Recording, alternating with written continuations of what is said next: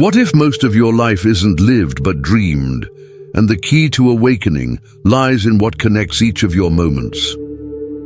There's an invisible force within us, a phenomenon so intrinsic to our existence that we rarely stop to question it.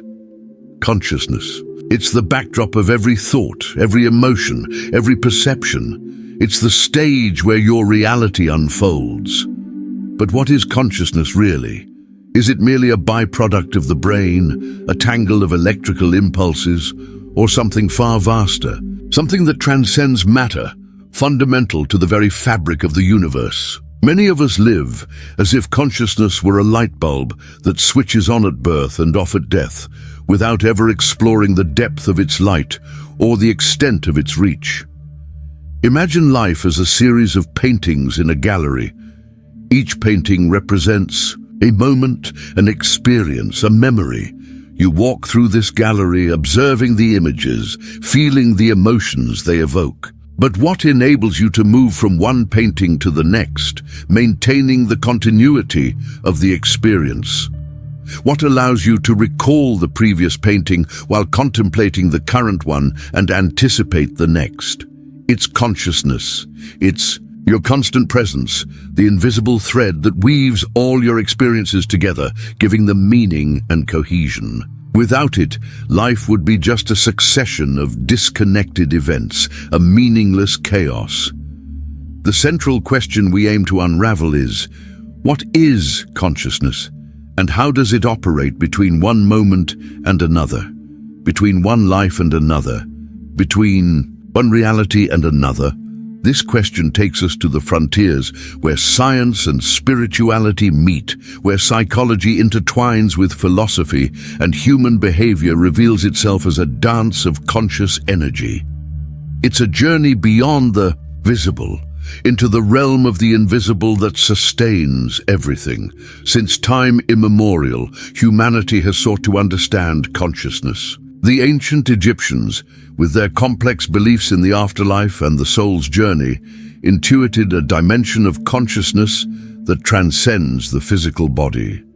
For them, the Ka, life force, and the Ba, soul's personality, were aspects of consciousness that persisted beyond death, navigating invisible realms. In Greek philosophy, thinkers like Plato spoke of the soul as immortal and separate from the body, a vessel of reason and universal truth. For him, consciousness wasn't created by the body, but used it as a vehicle. In Eastern traditions, consciousness is the very foundation of reality. In Hinduism, Brahman is the ultimate reality, the universal consciousness from which everything emerges and to which everything returns. The Atman, the individual self, is seen as identical to this Brahman. In Buddhism, consciousness is a continuous stream of experiences without a fixed self, manifesting through the 5 aggregates: form, sensation, perception, mental formations, consciousness. For these cultures, consciousness isn't something we have. It's something we are. It's the unified field of all existence. Modern science, meanwhile, struggles to pinpoint consciousness. Neuroscientists map the brain, identifying correlations between brain activity and states of consciousness. But no one has been able to point to an exact location where it resides or explain how inert matter can generate the subjective experience of awareness. This is what philosopher David Chalmers called the hard problem of consciousness, the explanatory gap between the physical and the phenomenological. This difficulty suggests that perhaps consciousness isn't a product of the brain, but something more fundamental, which the brain merely captures or expresses. What if your life experience, with all its joys and sorrows, successes and failures, is just a stage of a much greater consciousness? What if in every moment you're navigating dimensions of consciousness without even realizing it? For many, this idea is revolutionary, but your intuition already knows it. If this quest for a deeper understanding of consciousness resonates with you, If you feel there's more to uncover about who we truly are, then consider subscribing to the channel and engaging with this video. Your curiosity is the first step toward awakening. The way consciousness operates between one experience and another, between one thought and another, is a fascinating field of study. Think about your memory. How can you recall what you ate for breakfast and connect it to your plans for dinner? It's not just the brain storing information, it's consciousness that provides continuity, weaving the narrative of your life. It acts like a golden thread connecting the beads of a necklace, where each bead is a moment, a perception. When we meditate, for example, we're not stopping thinking, but observing the flow of consciousness. We notice that thoughts arise and fade, but there's an observer that remains constant. This is pure consciousness, the silent space behind the mental noise. It acts like a blank canvas, where all the mind's projections appear and disappear. The fundamental insight is that you are not the projections, you are the canvas. Ancient yogis and mystics spent years in deep contemplation to access these expanded states of consciousness. They understood that the gap between one thought and another wasn't a void, but a portal. In that fleeting moment between a fading thought and an emerging one lies pure consciousness, the eternal now. By training the mind to dwell in that space, they accessed profound insights and experiences of unity. They realized that consciousness wasn't intermittent. It was what enabled the intermittence of thoughts. Psychology, particularly transpersonal psychology, explores consciousness not just as a brain phenomenon, but as a field that extends beyond the individual. It studies altered states of consciousness, mystical experiences, near-death experiences, NDEs, and psychic phenomena, suggesting that consciousness can operate at levels that transcend the barriers of time and space. NDEs, for instance, often involve people accurately describing events that occurred while their brains were inactive, or experiencing a panoramic review of their lives, or encountering a state of love and unity beyond human comprehension. These narratives, though anecdotal, challenge the purely materialist view of consciousness. The unconscious mind, as explored by Freud and Jung, also operates between our conscious experiences. It stores memories, traumas, archetypes, and patterns that influence our actions and perceptions without our full awareness. Consciousness, then, acts like a lamp that gradually illuminates this vast submerged territory, bringing to light what needs integration. The flow between the conscious and unconscious is a constant dance of revelation and integration. Have you ever stopped to observe the spaces between your thoughts or between one emotion and another? What do you notice in those moments of inner silence? Consciousness, therefore, isn't a static event but a dynamic field manifesting in multiple layers. It operates not only between one thought and another, but also between one life and another, challenging our linear conception of time and existence.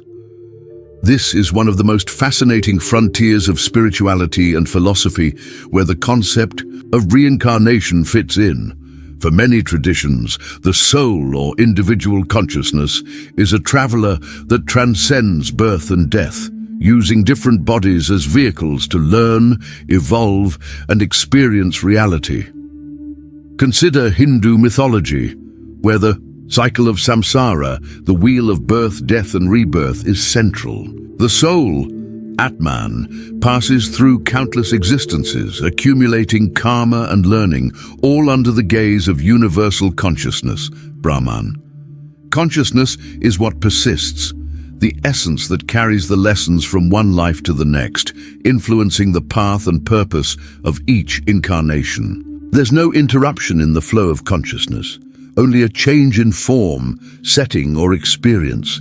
It's like an actor playing different roles in different plays but remaining the same actor behind all the masks.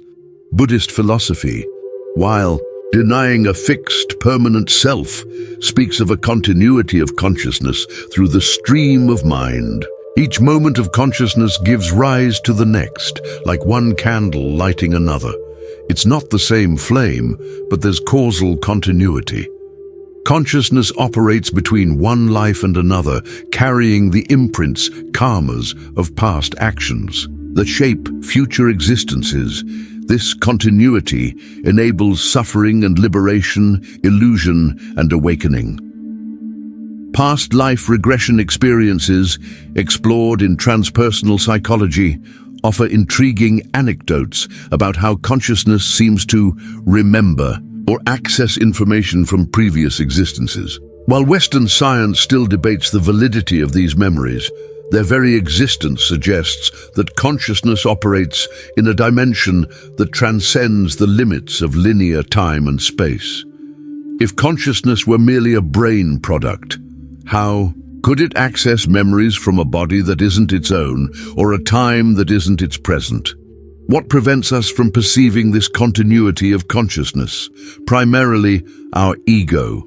The ego, with its strong identification with individual identity, name, body, personal history, creates the illusion of separation. It convinces us that we are isolated beings, born and dying, unconnected to a greater whole. The ego is the lens through which we perceive reality, and this lens is often clouded by our wounds, fears, and conditioning. It's the main barrier preventing consciousness from flowing freely between experiences or existences.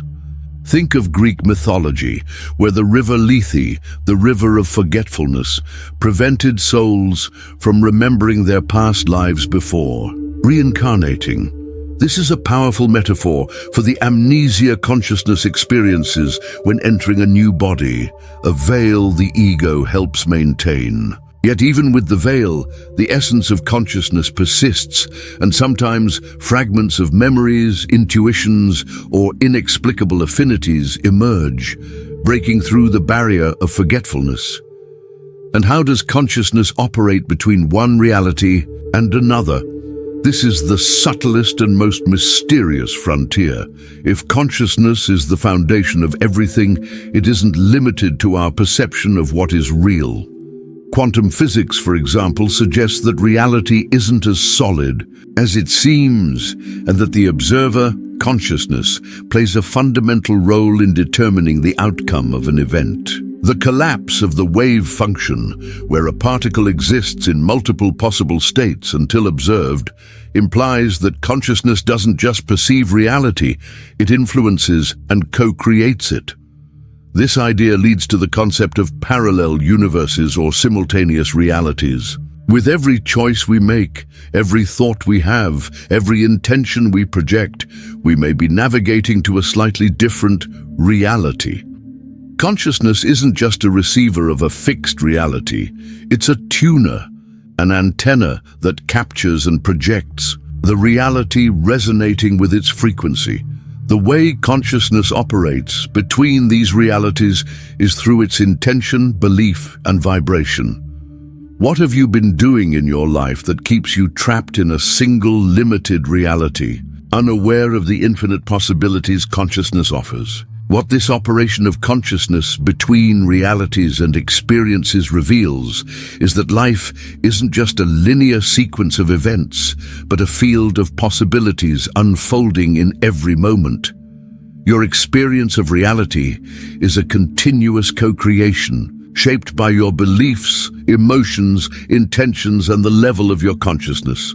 If you live in a matrix of fear and scarcity, it's because your consciousness is tuned to that frequency. If you aspire to wholeness and abundance, you need to elevate your frequency and tune your consciousness to that reality.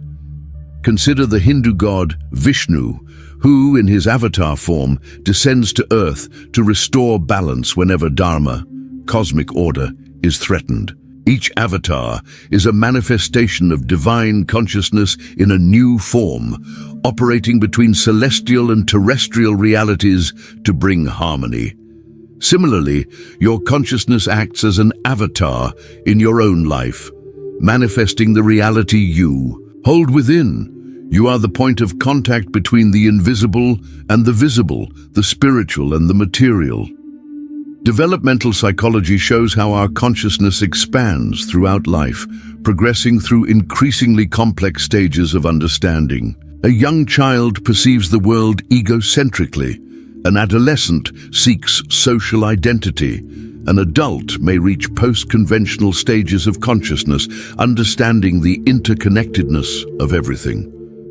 This journey of consciousness development doesn't stop in adulthood. It continues as we seek to integrate more aspects of ourselves and reality. But here lies the deepest and most challenging mystery. If consciousness is so vast, operating between realities and lives, and if we have the power to co-create our experience, why does suffering persist? Why do so many of us still feel disconnected, lost and limited, even with all the knowledge and intuition about the power of consciousness? What is the final barrier preventing the full manifestation of this consciousness in our lives and the complete dissolution of illusions? The answer, paradoxically, may lie in our resistance to wholeness. We've been conditioned to fragment our consciousness. We divide the world into good and bad, right and wrong, light and shadow, and more importantly, we divide ourselves. We repress negative emotions, deny aspects of our personality that don't fit societal expectations, and ignore our intuition's whispers when they contradict logic or fear. This internal fragmentation creates the illusion of external separation. Think of Egyptian mythology and the concept of Ba and Ka. The Ba was the soul personality capable of traveling. The Ka was the life force, the spiritual double. Both needed integration for the fullness of being after death. If the soul couldn't integrate these aspects, it couldn't reach eternal life in the fields of Aru. This is a metaphor for our own journey. The lack of integration of the different facets of our consciousness, our experiences, past and present, and even our lives, whether in the sense of incarnations or life phases, prevents us from achieving wholeness, manifesting our true essence, and consequently, suffering persists. Carl Jung's shadow is the repository of everything we repress in ourselves, desires, fears, traits we deem unacceptable. This shadow doesn't vanish. It operates in the unconscious, influencing our lives in ways we don't understand. It projects onto the world, making us see in others what we deny in ourselves. Suffering is often the direct result of this denial, as repressed energy needs an outlet and manifests as illness, conflict, or self-sabotage. Consciousness operates between these fragmented parts, but its flow is limited while resistance to integration persists. It's like an electric current. Encountering resistance, the energy dissipates as heat, suffering, instead of flowing freely to generate light, manifestation. The final barrier is our own refusal to embrace our wholeness, to unconditionally love every aspect of who we are, including what we consider imperfect or dark. Have you ever considered that your greatest suffering might be a mirror of your greatest resistance to accepting a part of yourself? How do you allow your consciousness to fragment in your daily life? And what does this fragmentation prevent you from manifesting? The dissolution of this final barrier, the path to the full manifestation of consciousness and the overcoming of suffering, lies in the continuous practice of integration. This isn't a one-time event, but a lifelong process.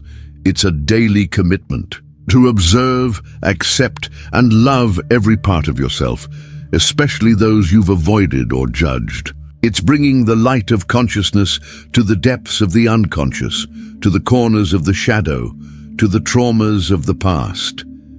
This integration manifests in various ways. Through mindfulness, we observe our thoughts and emotions without identifying with them, creating space for pure consciousness. Through self-compassion, we treat our wounds with kindness, allowing them to heal instead of repressing them. Through authentic expression, we release the creative energy trapped in repression, letting our true essence shine. Think of the alchemist who sought not just to transmute metals, but themselves. The alchemical solve et coagula, dissolve and coagulate, is a metaphor for consciousness integration. You dissolve old forms, limiting beliefs and false identities, solve. Then coagulate a new reality, a new way of being more aligned with your divine essence, coagula. Consciousness is the alchemical fire that performs this transmutation. When your consciousness operates in an integrated way, without the resistances of fragmentation, the flow between one moment and another, between one life and another, literal or metaphorical, and between one reality and another becomes seamless. There's no more friction, no more energy being scattered. There's coherence, clarity, and a power of manifestation that transcends what the limited mind can conceive. Synchronicities increase, challenges become opportunities, and life unfolds with a grace and purpose that once seemed unattainable. The final revelation is that consciousness isn't just something we have, it's what we are. And suffering isn't a punishment, but an invitation to integrate the fragmented parts of ourselves, to embrace our wholeness, and to allow consciousness to flow freely, manifesting the fullness that is our true nature. It's not about finding consciousness, it's about letting consciousness reveal itself through you in its purest, most boundless form. You are the fabric of the universe, experiencing itself. If this deep conversation about consciousness and its operation resonated with your soul and sparked a new understanding within you, I invite you to share your thoughts. Leave the word consciousness in the comments to let me know how this video helped you reconnect with your deepest truth. Like this video, if it inspired a new perspective, subscribe to the channel to continue this journey of self-knowledge and share it with someone also seeking the fullness of their own existence.